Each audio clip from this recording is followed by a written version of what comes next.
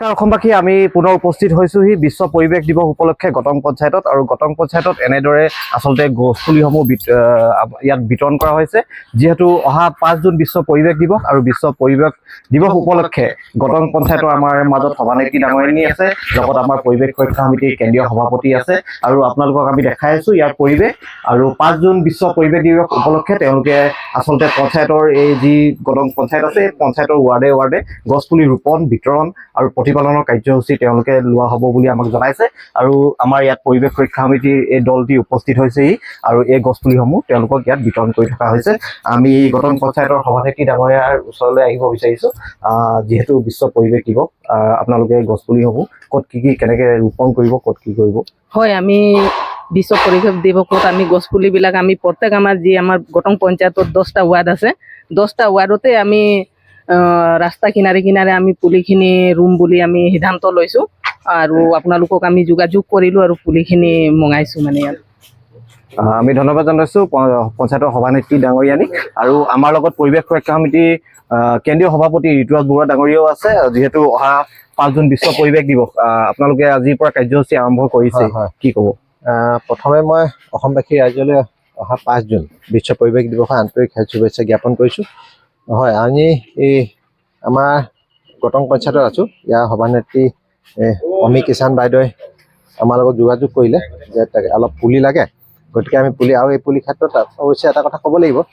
মাকুম সমষ্টিৰ যি জনপ্ৰিয় বিধায়ক সঞ্জয় কিষাণ ডাঙৰীয়া আমাৰ পৰিৱেশ সুৰক্ষা সমিতিৰ লগত যোৱা 6টা বছৰ গছপুলি ৰোপণৰ ক্ষেত্ৰত তেখেত আমাক সদায় সহযোগিতাত থাকে আৰু তিনিচুকীয়া বিধানসভা সমষ্টিত তেখেত বিধায়ক থকা সময়ত তেখেতে বহুত সহযোগিতা আমাক আগবাঢ়িছিল আৰু যিহেতুকে এতিয়া মাকুম সমষ্টিৰ তেখেত বিধায়ক গতিকে গটং পঞ্চায়তটো তেখেতৰ মাকুম সমষ্টিৰ ভিতৰতে পৰিছে গতিকে তেখেতো ইয়াত এতিয়া গছপুলি ৰোপণৰ কাৰণে খুব গুৰুত্ব সহকাৰে লৈছে আমাকো তেখেতে কৈছে যে গছপুলি ৰুব লাগিব গতিকে আমি আহি গটং পঞ্চায়তত উপস্থিত হৈছোঁ আৰু আমি সভানেত্ৰী বাইদেউক আমি গছপুলি দিয়াৰ বিশেষ ব্যৱস্থা কৰিছোঁ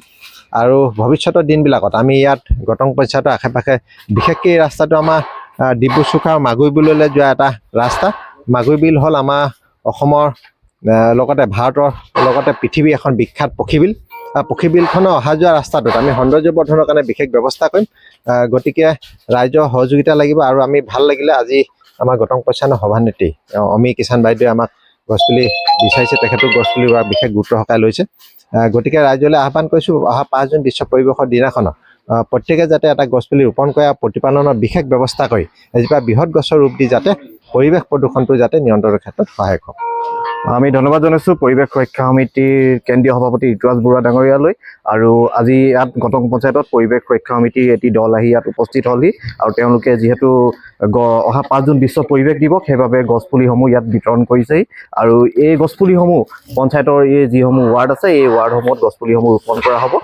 তাৰ বাবে আমি গটং পঞ্চায়তৰ সভানেত্ৰী ডাঙৰীয়ানীক ধন্যবাদ জনাইছোঁ আৰু লগতে আমাৰ লগত সহযোগ কৰা পৰিৱেশ কৰ্মী বিজয় মল্লিক ডাঙৰীয়া বা আমাৰ প্ৰতিপালন সম্পাদক বাইলুং আৰু সকলোকে আমি আজি ইয়াত ধন্যবাদ জনাইছোঁ আৰু এই ভিডিঅ'টো আমি ইমানতে সামৰণি মাৰিছোঁ ধন্যবাদ